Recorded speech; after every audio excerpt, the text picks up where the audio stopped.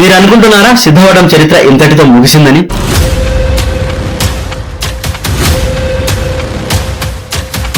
సిద్ధవటం కోటలోకి అడుగు పెట్టగానే మనల్ని ఆశ్చర్యపరిచే దృశ్యం కనబడుతుంది. అదే తలలేని నంది, దాని దగ్గరలోనే రహస్య సొరంగాలు, ఇంకా శాశ్వతంగా మూసివేసిన ఆలయం. ఫ్రెండ్స్, ఇవన్నీ ఎందుకు ఇలా జరిగాయో తెలుసుకోవడానికి మనం ఈరోజు సిద్ధవటం కోట లోపలికి వెళ్ళబోతున్నాం. అయితే మనం గత వీడియోలో సిద్ధవటం కోట యొక్క అద్భుతమైన చరిత్ర, ఇంకా ఆ కోటలో జరిగిన క్రూరమైన పాలనల గురించి తెలుసుకున్నాం కదా. ఆ చరిత్ర తర్వాత మిగిలిన ఈ నిర్మాణాలు, రహస్యాలు నిజంగా ఆశ్చర్యకరంగా ఉన్నాయి.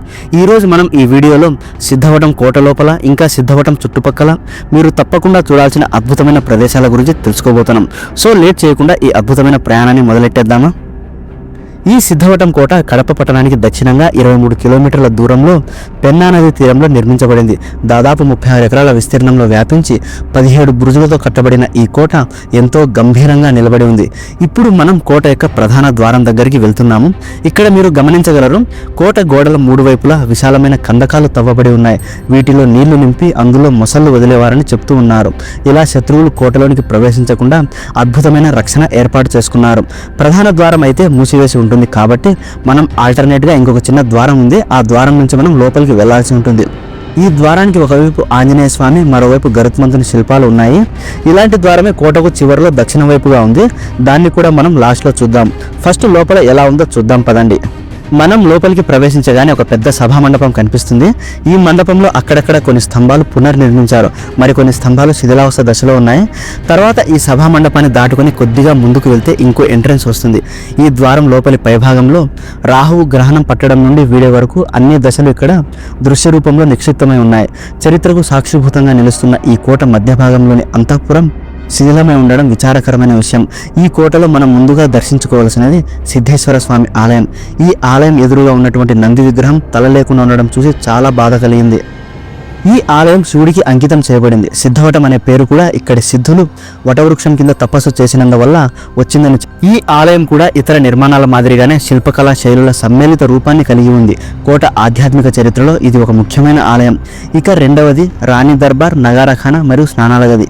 ఇవి కోటలోని రాజమహల్ అవశేషాలు. రాజులు, రాణులు గడిపిన విలాసవంతమైన జీవన శైలిని ఇవి సూచిస్తున్నాయి. రాణిమహల్, స్నానాల గది అవశేషాలు అప్పటి వైభవాన్ని చూపిస్తున్నాయి. ఇవి శిథిలావస్థలో ఉన్నప్పటికీ రాజవంశీయుల జీవన విధానాన్ని అర్థం చేసుకోవడానికి ఎంతోగానో ఉపయోగపడుతున్నాయి. ఇక్కడ మనం స్నాన వాటికను కూడా చూడవచ్చు. ఇక తర్వాత చూడవలసినది ఢంకానగర్ లేదా నృత్య వేదిక. ఈ అవశేషాలు కోట కేవలం సైనిక కోటలా మాత్రమే కాకుండా సామాజిక, సాంస్కృతిక జీవితానికి కూడా కేంద్రంగా ఉండేదని సూచిస్తుంది. ఢంకానగర్ అనేది ఒక ప్రకటనలు చేసే స్థలం లేదా ప్రత్యేక భాగం కావచ్చని భావిస్తున్నారు. నృత్య వేదిక ఆ కాలంలో కళా ప్రదర్శనలు, ఉత్సవాలు జరిగేవని తెలియజేస్తుంది. ఈ నిర్మాణాలు కోట చరిత్రను మరింత సంపూర్ణంగా చూపిస్తున్నాయి. ఇక తర్వాతది కోటలోని మసీదు. ఇది నవాబులు పాలించిన కాలంలో నిర్మించబడింది. ఆ కాలంలో హిందూ, ముస్లిం రాజులు మత సామరస్యంతో కలిసి జీవించేవారు. అందుకే ఈ కోటలోని దేవాలయాలతో పాటు మసీదుని కూడా చూడవచ్చు. అప్పుడు ఉన్న ఆ గౌరవం, ఆ ఐక్యత ఈ నిర్మాణాల్లో ప్రతిబింబిస్తుంది. ఈ మసీదుకు పక్కనే ఒక చిన్న కోనేరు కూడా ఉంది ఉజు చేయడానికి. తర్వాత షాహీకుల్లా మసీదు. కోటలోని ఈ మసీదు ఆ ప్రాంతపు సంస్కృతులకు, కలయికకు నిదర్శనం. వేరువేరు పాలకులు, సమాజాలు ఇక్కడ కలిసి జీవించి కోట చరిత్రలో భాగమయ్యారని ఇది సూచిస్తుంది. ఇది కడప జిల్లాలోని పురాతన మసీదులలో ఒకటి. ఈ మసీదు దగ్గర కోటని పాలించిన నవాబుల సమాధులు కూడా ఉన్నాయని చెప్తూ ఉన్నారు. తర్వాతది బిస్మిల్లా షా వలి దర్గా. ఇది ఒక పవిత్ర స్థలం.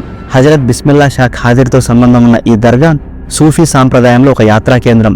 వివిధ మతాల ప్రజలు ఇక్కడికి వచ్చి ఆశీర్వాదాలు పొందుతుంటారు.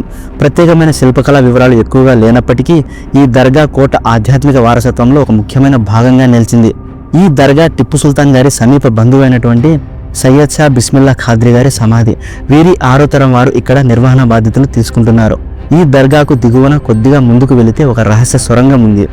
ఇది కోటలో అత్యంత ఆసక్తికరమైన పురాణ కథలతో ముడిపడిన అంశం. ఈ రహస్య సొరంగాన్ని శత్రువులు ముట్టడించిన సమయంలో బయటపడటానికి లేదా పెన్నా నది నుంచి నీటిని గుప్తంగా తెచ్చుకోవడానికి వాడినట్టు చెప్తున్నారు. స్థానిక కథనాల ప్రకారం ఈ సొరంగం సుమారు 70 అడుగుల లోతుగా ఉండి నేరుగా నదికి కలిసేది. నదీ ప్రవాహంలో ఈ ద్వారం దాగి ఉండటంతో అది ఒక సమర్థమైన గోప్య మార్గంగా పనిచేసేది. ఇది ఆ కాలపు ఉన్నత స్థాయి సైనిక ప్రణాళికను చూపిస్తుంది. ఇవన్నీ చూసిన తర్వాత కోటలోని చివరి భాగమైన దక్షిణ ద్వారం దగ్గరికి వెళ్తున్నాము. ఇక్కడ కోట బయట వైపున కొన్ని శాసనాలు చెక్కబడి ఉన్నాయి. వీటిని చదివేందుకు చాలా మంది వస్తూ ఉంటారు. దక్షిణ ద్వారం బయట ఈ పురాతన శాసనం కన్నడ లిపిలో రాసి ఉంది. అప్పట్లో ఇక్కడ పాలించిన రాజులు చేసిన దానాలు, యుద్ధ విజయాలు, ఆలయ నిర్మాణాల గురించి ఇలాంటి శాసనాల ద్వారా మనకు తెలియజేశారు. ఇవి చరిత్రకు నిదర్శనాలు మాత్రమే కాకుండా అప్పటి సామాజిక సాంస్కృతిక జీవనానికి కూడా మన ముందుకు తీసుకువస్తాయి. నిజంగా ఇవి మన చరిత్రకు అమూల్యమైన రత్నాలు. ఇక రంగనాయక స్వామి ఆలయం. ఈ ఆలయం సిద్ధవటం కోట నుంచి కొంచెం దూరంలో పెన్నా నది ఒడ్డున నెలకొని ఉంది. కోటలోని అత్యంత ప్రాముఖ్యమైన ఆలయాలలో ఇది కూడా ఒకటి. ఈ ఆలయ గోపురం ఇప్పటికీ కూడా మంచి స్థితిలో ఉంది. విష్ణువు అవతారమైనటువంటి రంగనాయక స్వామికి అంకితం చేయబడింది ఈ ఆలయం. ఆధ్యాత్మికంగా, చారిత్రకంగా ఎంతో ముఖ్యమైన స్థలం.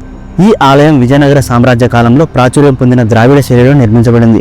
ఎత్తైన గోపురాలు, శిల్ప కళాత్మకంగా చెక్కబడిన స్తంభాలు, విశాలమైన ప్రాకారాలు దీనికి ప్రత్యేకత. ఈ రూపకల్పన ఆ కాలం భక్తిని, శిల్పకారుల నైపుణ్యాన్ని ప్రతిబింబిస్తుంది. ఈ ఆలయంలోని రంగనాయక స్వామి పాదాలను కొందరు దుండగులు గుప్త నిధుల కోసం ధ్వంసం చేశారు. 6 సంవత్సరాల క్రితం జరిగిన దొంగతనం వలన ఈ గుడిని శాశ్వతంగా మూసివేశారు. ఈ ఆలయంకి ఎదురుగా ఆంజనేయ స్వామి ఆలయం ఉంది. అందులో నిత్యం పూజలు జరుగుతూ ఉంటాయి.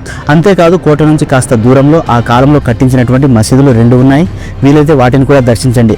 తర్వాత సిద్ధవటం ఊరిలో ఆ కాలంలో రాజులు కట్టించిన జైలు, అలాగే ఉప ఖజానా కూడా ఉంది. వీలైతే వాటిని కూడా దర్శించండి. ఇక చివరగా సిద్ధవటం నుంచి 14 కిలోమీటర్ల దూరంలో నిత్య పూజ కోన ఉంది. ఇక్కడ మహాశివుడు కొలువై ఉన్నాడు. లంకమల్లలోని నిత్య పూజ కోనలో మహాశివరాత్రి ఉత్సవాలు ప్రతి సంవత్సరం 3 రోజుల పాటు వైభవంగా నిర్వహిస్తారు. జిల్లాలో పెద్ద ఎత్తున శివరాత్రి ఉత్సవాలు జరిగే ప్రాంతాలలో కొలతల తర్వాత స్థానం నిత్య పూజ కోనదే. ఫ్రెండ్స్, సిద్ధవటం కోటలోని అద్భుతమైన నిర్మాణాలు, ఆలయాలు, మసీదులు, దర్గాలు ఇవన్నీ మనకు ఒక గొప్ప చరిత్రను గుర్తుకు చేస్తున్నాయి. ఇలాంటి ప్రదేశాలను కాపాడుకోవడం ఎంతైనా మన బాధ్యత కదా. ఈ వీడియోలో ఏమైనా ప్రదేశాలు మిస్ అయి ఉంటే మీరు తప్పకుండా కామెంట్లో తెలియజేయండి. వీడియో నచ్చితే లైక్ చేయండి, షేర్ చేయండి, ఇంకా మన ఛానల్ని సబ్స్క్రైబ్ చేసుకోండి. తదుపరి డాక్యుమెంటరీ మిస్ అవ్వకుండా